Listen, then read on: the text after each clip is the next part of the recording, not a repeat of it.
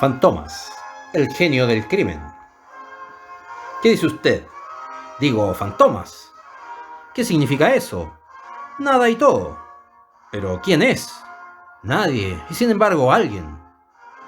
En fin, ¿qué hace ese alguien? Miedo. La comida acaba de terminarse, y los comensales pasaron al salón. Desde siempre, durante la larga estancia que hacía cada año en su castillo de Beaulieu, al norte del departamento de Lot, en el límite de la Corrèze, en esa pintoresca región que bordea la Dordogne, la marquesa de Lagrune, para acompañar su soledad y conservar sus relaciones, recibía regularmente a comer cada miércoles a alguno de sus íntimos de la vecindad.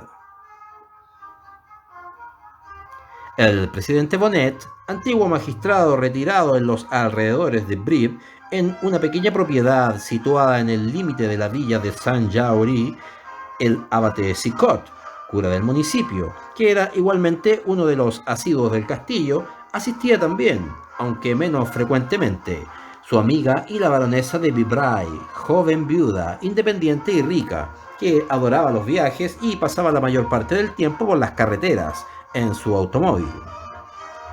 En fin, la juventud estaba representada por el joven Charles Rambert, que había llegado al castillo hacía 48 horas.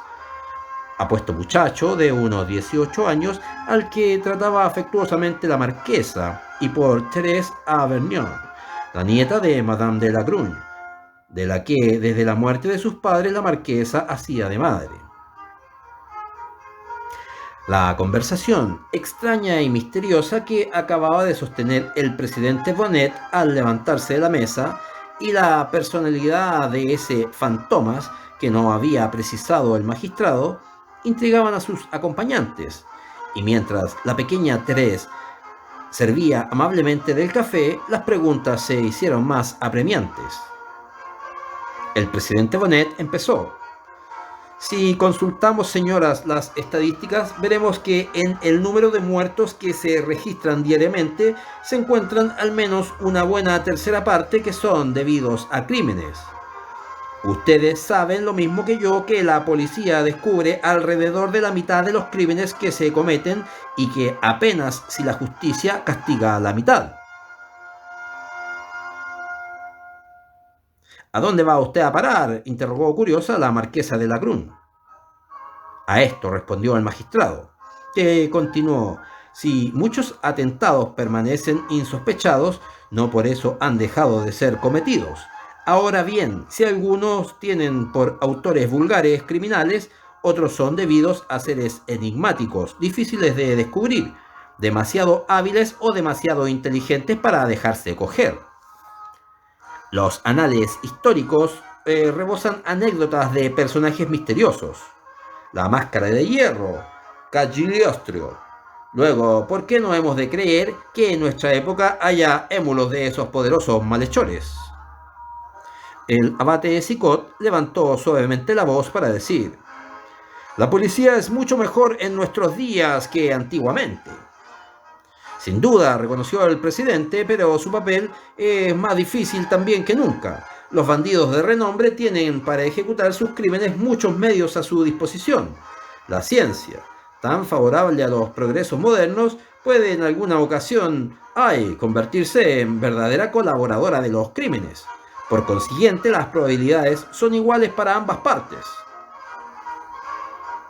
El joven Charles Rambert, que escuchaba atentamente las manifestaciones del presidente, instó con una voz suave, ligeramente alterada: entonces, señor, ¿va a hablarnos de fantasmas enseguida?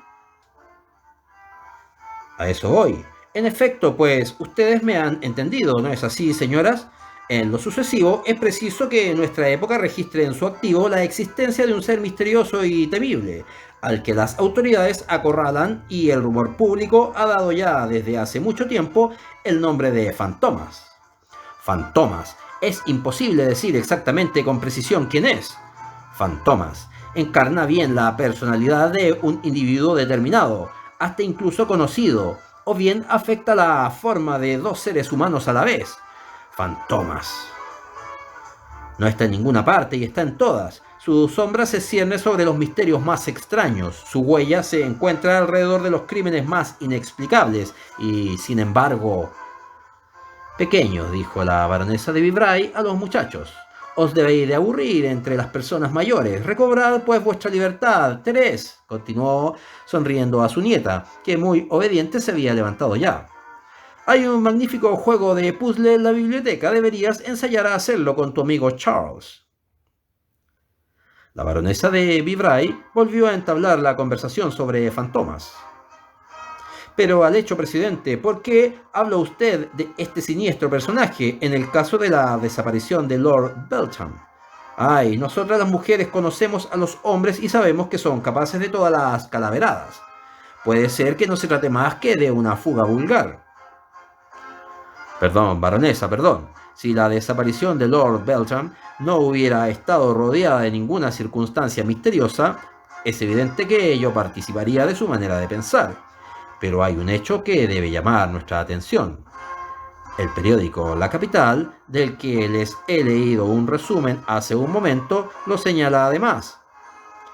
Se dice, en efecto, que Lady Beltham se preocupó de la ausencia de su marido, es decir, la mañana siguiente a su desaparición. Se acordó de haber visto a Lord Beltham leer en el momento en que iba a salir una carta, cuya forma particular, forma cuadrada, había extrañado a Lady Beltham.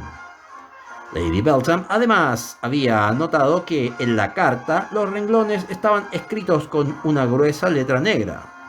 Luego había rebuscado en el escritorio de su marido la carta en cuestión, pero el texto escrito había desaparecido. Apenas se descubrieron, después de un examen minucioso, algunas huellas imperceptibles que indicaban haber estado allí el documento que habían tenido su esposo entre las manos.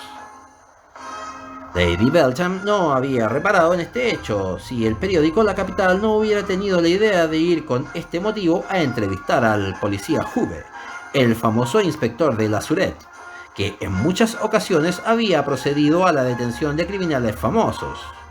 Ahora bien, Hoover se mostró muy emocionado por el descubrimiento y la naturaleza de este documento. No ocultó a su interlocutor que creía encontrarse ante una manifestación de fantomas, teniendo en cuenta el carácter extraño de la extraordinaria epístola. El presidente Bonnet había convencido ya a su auditorio y sus últimas palabras produjeron frío en la concurrencia. La marquesa de Lagrune creyó que debía desviar la conversación y preguntando: ¿pero quiénes son esas personas, Lord y Lady Beltham? Fue la baronesa de Vibray quien respondió: ah, mi querida amiga, bien se ve que no está muy al tanto de los ecos mundanos de París. Lord y Lady Beltham son de lo más conocido. Lord Beltham fue en otro tiempo agregado a la embajada de Inglaterra. Dejó París para ir a luchar en el Transvaal y su mujer, que le acompañó, reveló en el transcurso de la guerra hermosas cualidades de valor y piedad, dirigiendo las ambulancias y el cuidado de los heridos. Lord y Lady Beltham volvieron luego a Londres y después se establecieron definitivamente de nuevo en París. Vivían y viven todavía en el Boulevard Inkerman, en Neuilly-sur-Seine, en un encantador hotel donde residen muy a menudo y de la manera más deliciosa. En muchas ocasiones he sido huésped de Lady Beltham. Es una mujer seductora como la que más. Distinguida, alta, rubia, animada, con ese encanto particular de las mujeres del norte. Sonaron las 10. Thérèse, llamó Madame Lagrune, a quien sus deberes de dueña de casa no hacían olvidar su papel de abuela. Thérèse, niña, es hora de acostarte, se hace tarde, bonita. La jovencita dejó el juego dócilmente y dio las buenas noches a la baronesa de Vibray, al presidente Bonnet y por último al anciano cura, a quien paternalmente le preguntó: ¿te veré, Thérèse, en la misa de 7? La muchachita se volvió hacia la marquesa. Abuela, le dijo, quisiera que me permitieses acompañar a Charles a la estación mañana por la mañana. Iré a misa de 8 al volver. La marquesa de Lagrune se volvió hacia Charles Rambert. Entonces, ¿es en el tren de las 6:55 en el que su padre llega a Berrils, mi pequeño Charles? Sí, señora. Madame de Lagrune vaciló un instante. Después, dirigiéndose a Thérèse, añadió: Me parece, niña, que será mejor dejar a nuestro amigo que vaya a buscar solo a su padre. Pero Charles Rambert protestó. Oh, señora, estoy seguro de que mi padre se pondrá muy contento si ve conmigo a Mademoiselle Thérèse cuando él baje del tren. En ese caso, hijos míos, concluyó excelente mujer, arregladlo como os parezca. Thérèse, continuó ella, antes de subir a acostarte, avisa a nuestro buen mayordomo Dolón que dé las órdenes necesarias para que enganchen el coche. Mañana por la mañana a las 6. La estación está lejos. Bien, abuela. Los dos jóvenes abandonaron el salón. Pero, interrogó el cura, ¿quién es entonces este joven Charles Rambert? Lo he encontrado cabalmente anteayer con su viejo mayordomo Dolón, y le confieso que me ha devanado los sesos para reconocerle. No me extraña, respondió riendo la marquesa, que no haya logrado averiguarlo, mi querido cura, porque usted no le conoce. Sin embargo, puede ser que ya me haya oído hablar de un tal Etienne Rambert, un viejo amigo. Había perdido completamente de vista a Etienne Rambert cuando lo volví a ver hace 2 años en París, en una fiesta de caridad. Este pobre hombre había tenido una vida accidentada, se casó hace 20 años con una encantadora persona, pero según oí decir, estaba muy enferma. Creo que padecía una cruel enfermedad. No sé si estaba loca. Etienne Rambert tuvo que recluirla recientemente en una casa de salud.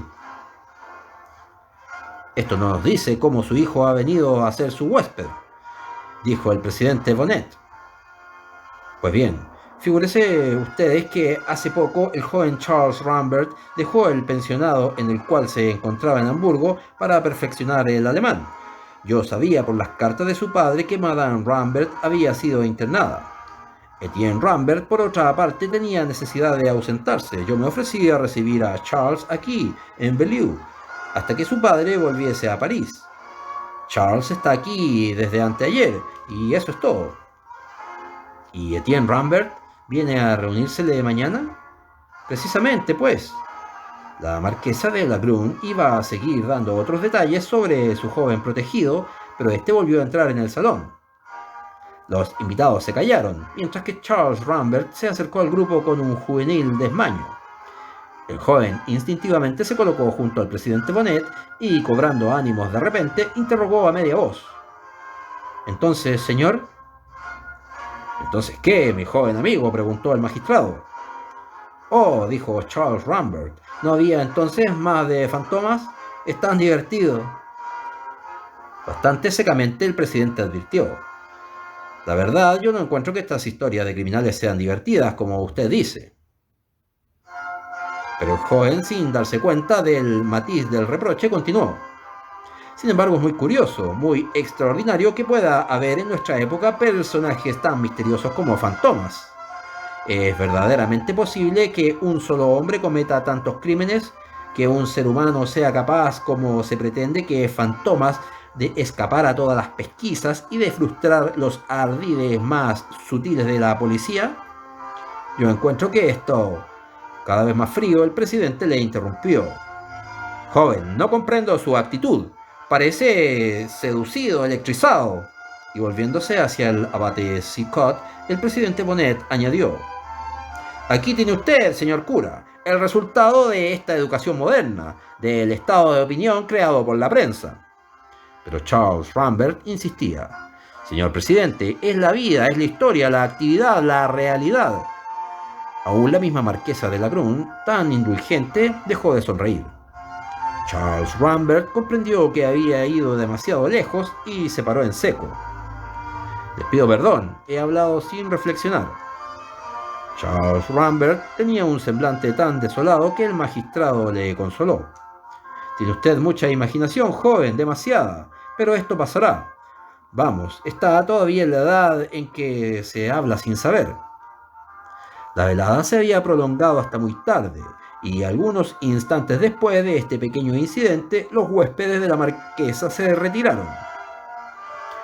Charles Rambert acompañó a la marquesa de Lagrune hasta la puerta de su habitación y respetuosamente iba a saludarla para irse enseguida a su alcoba, que estaba al lado, cuando la marquesa le invitó a entrar.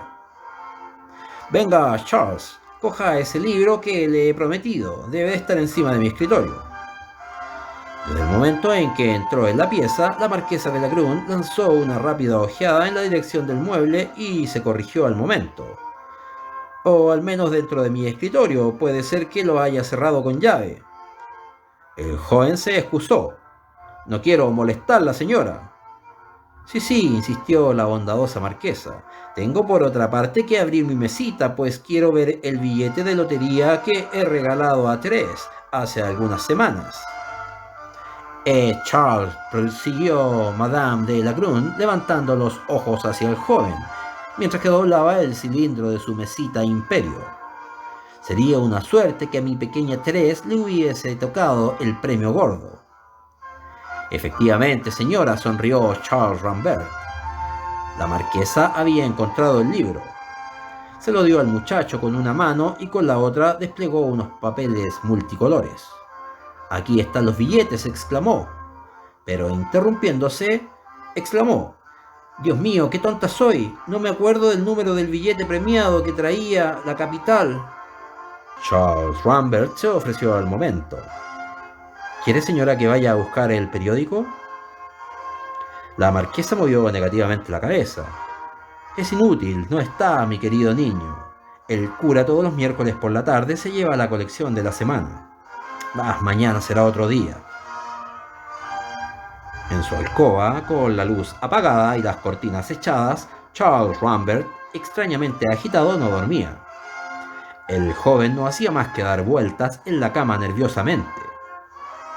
Si se adormilaba algún momento, la imagen de fantomas se le aparecía en el pensamiento, variando no obstante sin cesar. Unas veces veía un coloso con rostro bestial y espaldas musculosas, otras un ser pálido, delgado, con ojos extraños y brillantes, otras como una forma indecisa, un fantasma. Fantomas.